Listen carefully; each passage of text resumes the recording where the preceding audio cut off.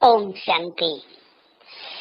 इस पुरुषोत्तम संगम युग पर जबकि स्वयं भगवान हमारे सम्मुख उपस्थित है, वो हमारे लिए सब कुछ लेकर आए हैं, तो हमें अपने को सर्व खजानों से भरपूर करके संतुष्ट आत्मा बनाना है।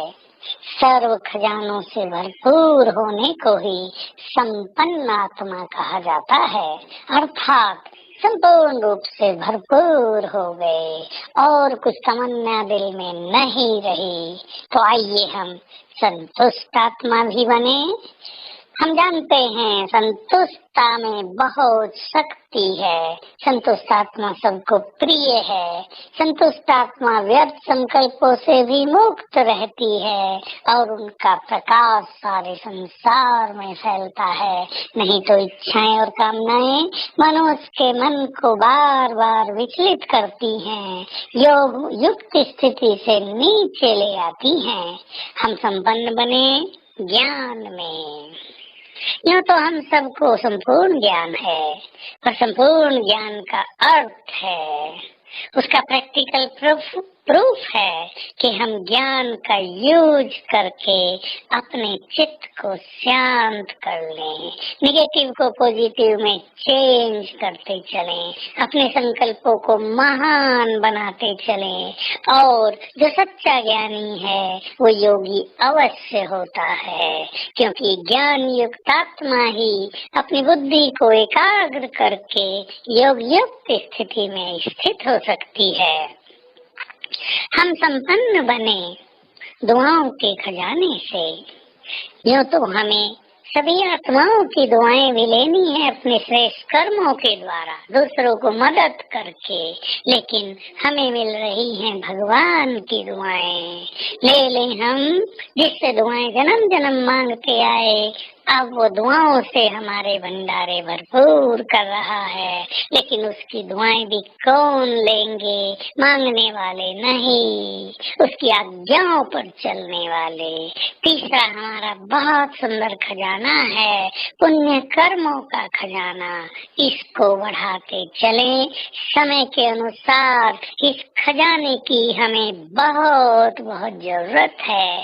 पाप कर्मों से आत्माएं बहुत त्रस्त हो रही हैं, उनके जीवन में सुख चैन नहीं है। हमारी पुण्य कर्मों की शक्ति सभी को पाप से मुक्त होने की प्रेरणा देगी। हमारी पवित्रता के वाइब्रेशंस सभी को अपने पाप की रियलाइजेशन कराएंगे। नहीं तो आज लोग शराब पीकर मांसाहार का सेवन करके भी अपने को पापी नहीं मानते हैं, जबकि ये दोनों ही पाप के मूल बनते जा रहे हैं। हम संपन्न करें स्वयं को श्रेष्ठ संकल्पों के खजाने से, जो हमारी अनमोल निधि है। जितने महान किसी के विचार, उतनी ही महान उसकी स्थिति, उतना ही महान उसका पद। हम संपन्न करें स्वयं को पवित्रता के खजाने से। हम संपन्न करें स्वयं को सभी गुणों से। चेक कर लें हम गुणवान हैं। क्या हम अपने को गुणवान कहेंगे? क्या जो बाबा के द्वारा बताए गए मूल गुण हैं, उनको हमने अपने जीवन में अपनाया है? और गुणों का स्वरूप होता है निरहंकारिता। निरहंकारिता में बहुत सारे गुण समा जाते हैं। हम अपने को भरपूर करें शक्तियों के खजाने से, विशेष मास्टर सर्व शक्तिवान बन जाएं, तो हम विजयी बनते रहेंगे।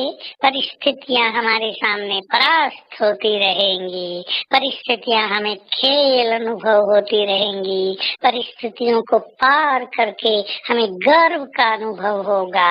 तो हम अपने को सर्व खजानों से भरपूर करें, यही हमारा लक्ष्य हो, और यही खजाने हमारे श्रेष्ठ भाग्य का निर्माण करेंगे।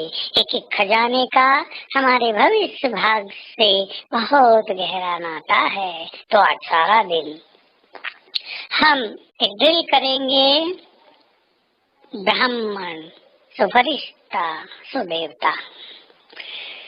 मैं इस देह में हूँ ब्राह्मण, इसे निकलकर फरिश्ते स्वरूप में कुछ समय अपना वो स्वरूप देखेंगे, फिर वहां से निकलकर देव स्वरूप में, फिर वहां से निकलकर ब्राह्मण स्वरूप में चक्र लगाएंगे। हर घंटे में 3 बार इस चक्र